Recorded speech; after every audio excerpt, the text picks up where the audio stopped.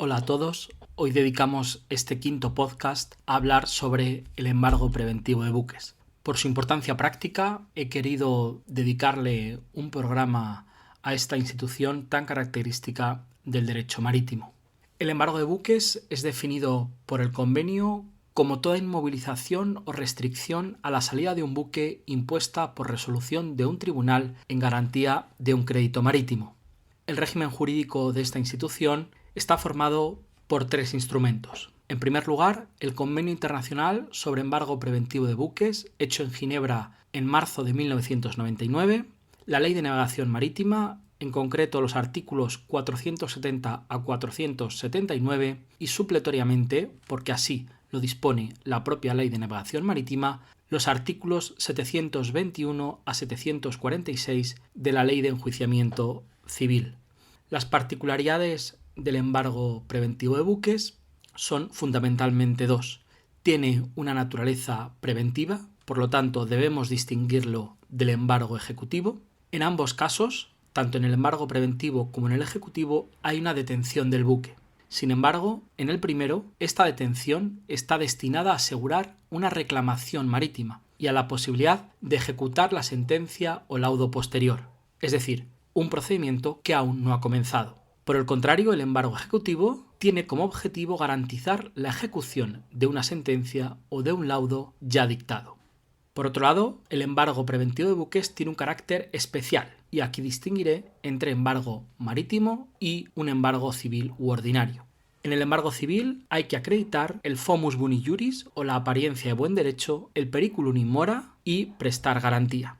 En este embargo civil cabe la posibilidad de sustituir en muchos casos dicha paralización por la inscripción de la medida en el registro correspondiente. Por el contrario, en el embargo marítimo se exime al demandante de la carga de probar el fomus boni juris y el periculum in mora. Además, este embargo se materializa necesariamente en la detención física del buque, salvo casos tasados, cuando el buque es nacional y el demandante también lo es. En ese caso cabe la sustitución de la paralización por la inscripción registral. Varios son los requisitos para poder embargar un buque. En primer lugar, la alegación del crédito marítimo y su causa.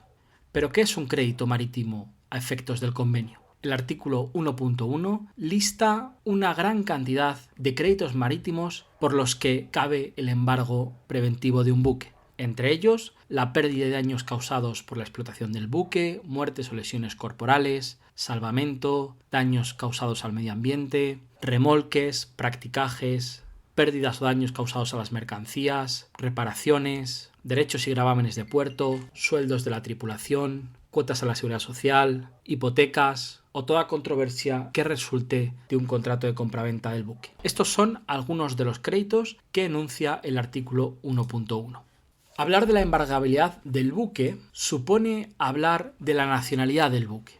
Tanto el convenio del 99 como la Ley de Navegación Marítima tienen en consideración la nacionalidad del buque a la hora de su embargo. Así se establecen 4 supuestos. El primero, cuando estemos ante un buque extranjero de un estado contratante del convenio. En este caso podrá ser embargado en España por cualquiera de los créditos mencionados en el artículo 1. En segundo lugar, buques extranjeros de estados que no sean parte del convenio.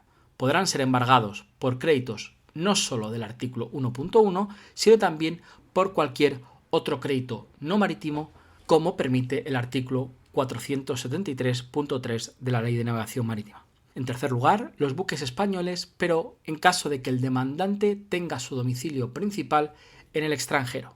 En este caso, el embargo solo se aplicará para las reclamaciones marítimas del artículo 1.1.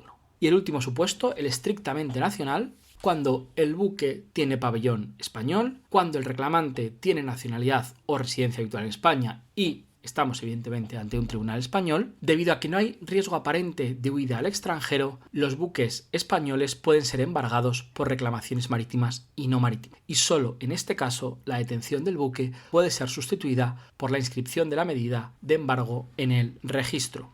Hablar también de embargabilidad del buque es hablar de un aspecto objetivo y subjetivo. En cuanto al aspecto objetivo, se pueden embargar tanto buques en el sentido de la Ley de Navegación Marítima como embarcaciones, es decir, aquellos que tengan mayor o menor eslora según lo mencionado en la ley. En el aspecto subjetivo, el artículo 3 del Convenio de Ginebra establece expresamente que el embargo no procede si la sentencia o laudo que se dicte sobre el fondo no es susceptible de ejecución sobre el buque embargado. Cuando hablamos del aspecto subjetivo, debemos mencionar aquí dos tipos de buques. El llamado offending ship, es decir, el buque que da origen al crédito marítimo, y debemos distinguir aquí dos momentos importantes: cuando nace el crédito y cuando se acuerda el embargo. Y en segundo caso, el sister ship o buques hermanos. Son aquellos que, no siendo los buques que dan origen al crédito, que dan origen a la reclamación marítima, son propiedad del deudor. ¿Cuáles son las condiciones para el embargo del offending ship? El artículo 3, como decimos, establece de una manera ciertamente algo confusa 5 supuestos. El primer caso, cuando el deudor es propietario del buque. En este caso, esta circunstancia se debe dar tanto en el momento del nacimiento del crédito como en el momento del embargo. El segundo supuesto, cuando el deudor del crédito es arrendatario a casco desnudo.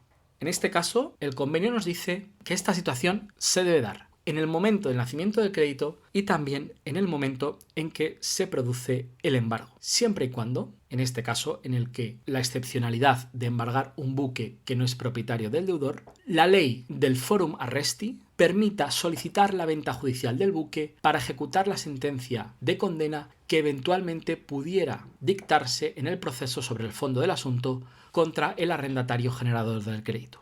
Si el arrendatario del buque ha devenido propietario del buque en el momento de practicarse el embargo, este también sería posible.